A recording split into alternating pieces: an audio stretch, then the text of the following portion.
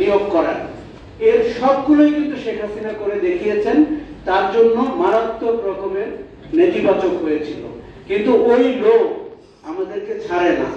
আমাদেরকে মনে হয় আবার পেয়ে বসে যখনই আমরা একটা সুবিধাজনক রাজনৈতিক সময়ে বিবর্তিত হই। এখন জুলাই জাতীয় সনদ বাস্তবায়নের জন্য জনগণ তার রায় দিয়ে দিয়েছে, সেটি হচ্ছে গণভোট। এখন গণভোটের আলোকে আপনার সাংবিধানিক সংস্কার পরিষদের শপথ হয়নি, সেটি আপনারা দেখেছেন। এমনকি বিএনপির কাছে আমি মনে করি বিএনপি সংস্কার চায় না, এই কথাটি আমি বিশ্বাস করি না। নির্বাচনের আগে এক ধরনের প্রোপাগান্ডা আমরা লক্ষ্য করেছি যে বিএনপি হচ্ছে সংস্কার বিরোধী রাজনৈতিক দল, সেটি অন্য একটি রাজনৈতিক গোষ্ঠী প্রোপাগান্ডাটি করেছে।